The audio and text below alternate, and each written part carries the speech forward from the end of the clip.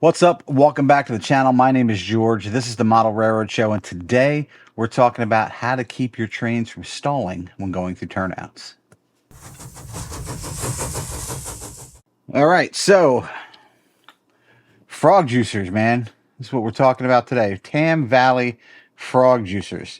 And if you saw my video, my little hobby shop haul, when I went down to the Yankee Dabbler, I picked up 3 of these frog juicers. I picked up 2 duals and 1 hex. Now, frog juicers come in mono, which is 1 frog. They come in dual, which is 2 frogs, and they come in hex, which is 6 frogs.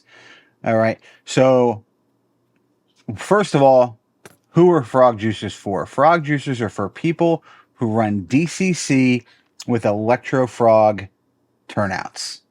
Very important. These will not work on your DC layout. These will not work with insul frogs. This is to power and correct the polarity of the frog. That is what a frog juicer does. Now, the turnouts I used are Pico Code 55 Electro Frog turnouts. They're for N scale. HO, all scales have some Electro Frog turnouts.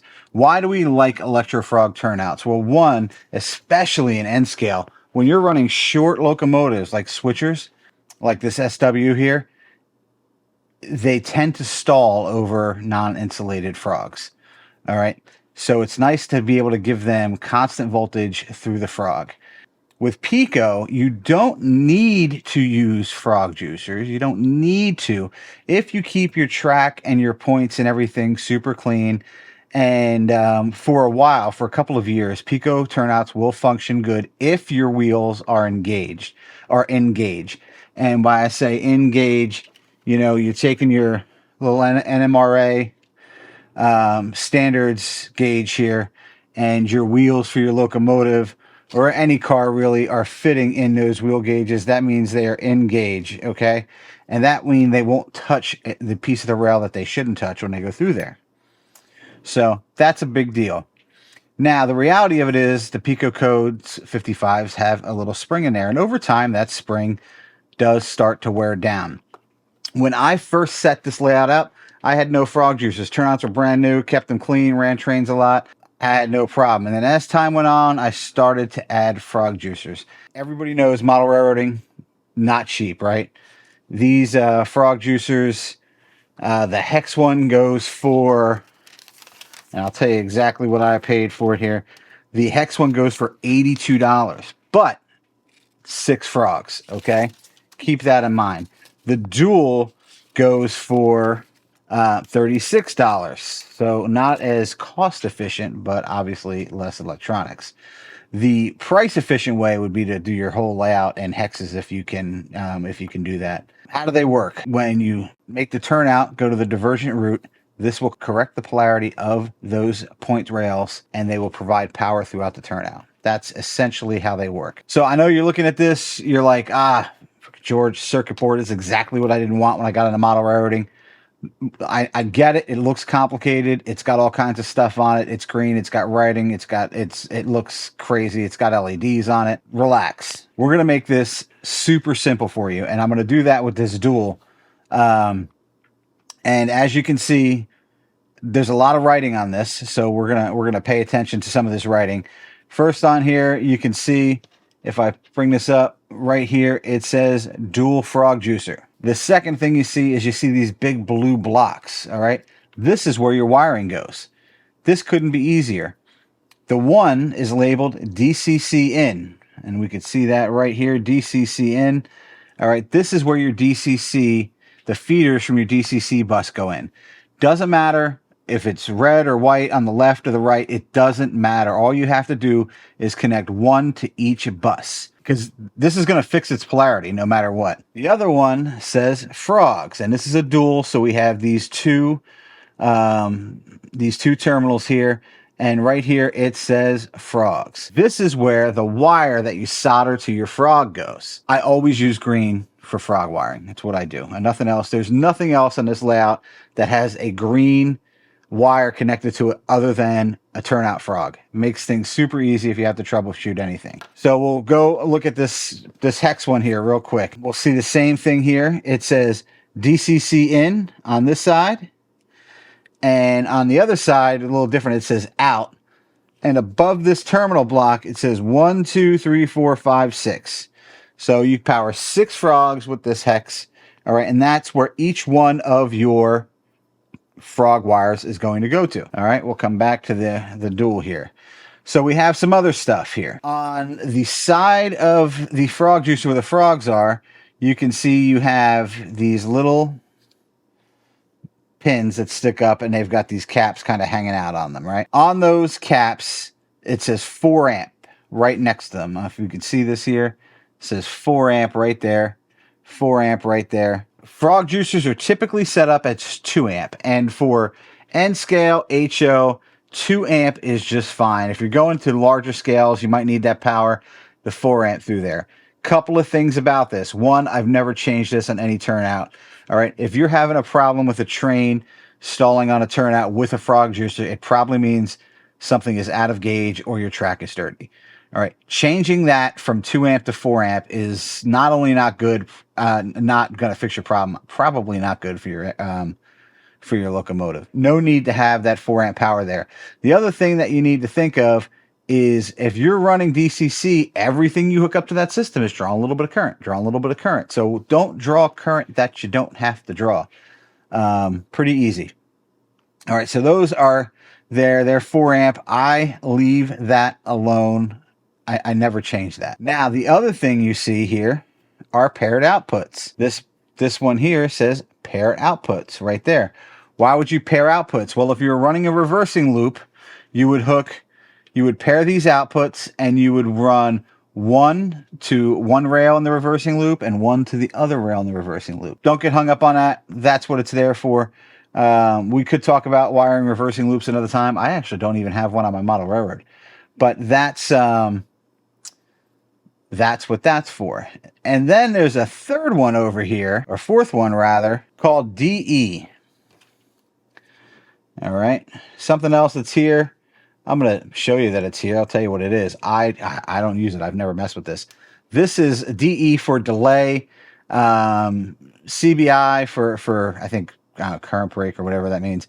But this will delay the switch in polarity. All right, is all that does. In case you have getting unnecessary shorts or the polarity switching too fast for some reason, if you've got a locomotive with some wheels or a sensitive locomotive that's sensitive to the polarity switch, you can try and use that. I've never had to use it, but it's there. Now on the hex, looks a little bit different, right? And the other thing I just wanted to point out is, especially on this hex, it's kind of easy to see.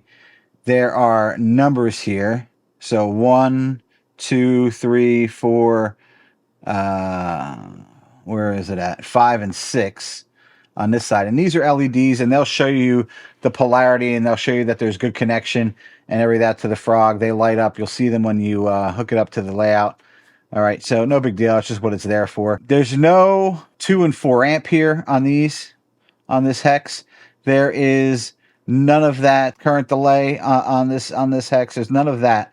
What there is there's 2 of these that stand up, and this one says pair 5 and 6. So pair 5 and 6 is just like pair 1 and 2, okay, where you can run a reversing loop off of this. All right, and it'll correct the polarity, turntable, anything where you need to switch your polarity. All right, the other one is labeled pair 1, 2, and 3, 4. So you're saying, George, why would I want to pair 1, 2, and 3, 4?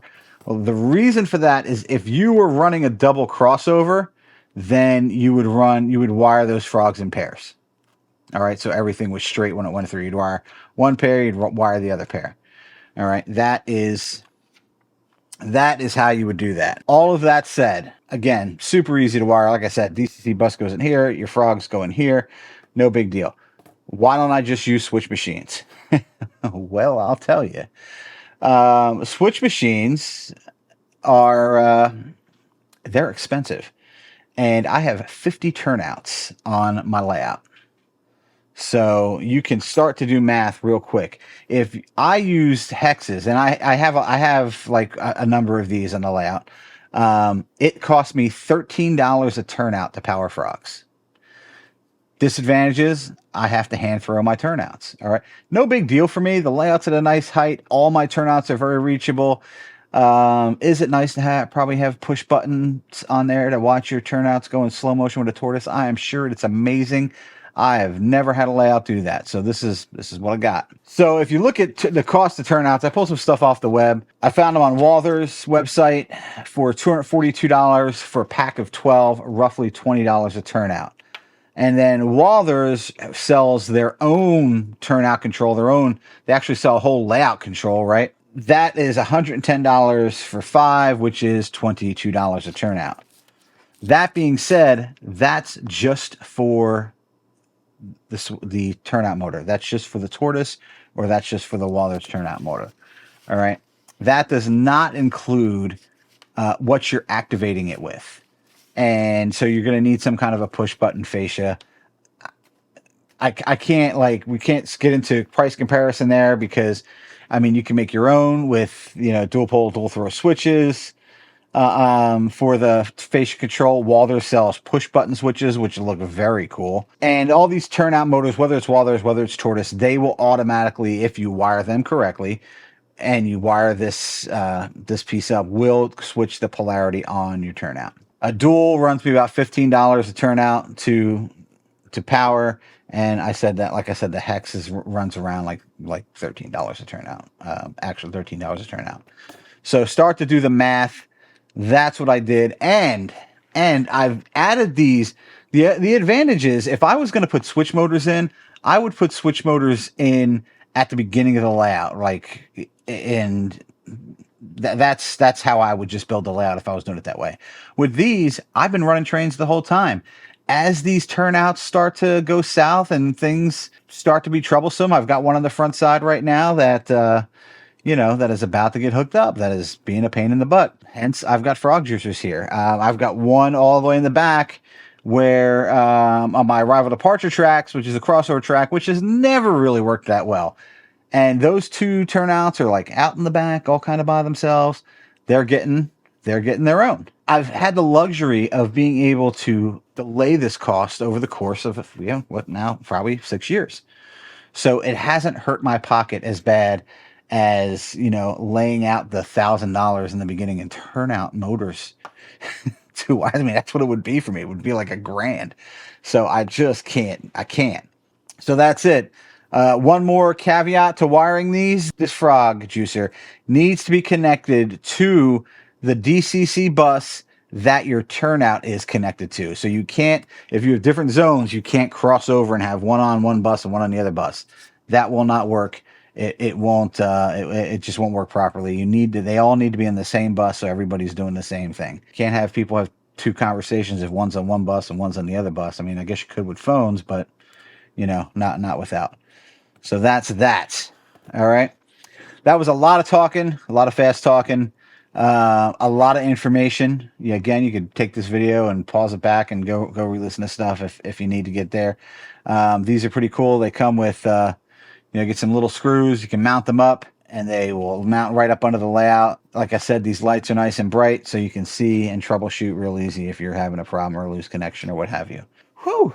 All right. Thank you very much. My name is George. This is the Model Railroad Show. If I see these things on Amazon, I'll link these babies for you. I'm not sure that I will, but I will look for them. Otherwise, you can get them at your local hobby store. You can get them at Walther's. You can get them at almost any place that is selling trains and track. All right, these are pretty common, and I think you can get them right from the Tam Valley Depot. Hit that subscribe button. Give me a thumbs up. Ring the bell. Do the YouTube things. I appreciate you hanging out, and I'll see you in the next one. All right, later.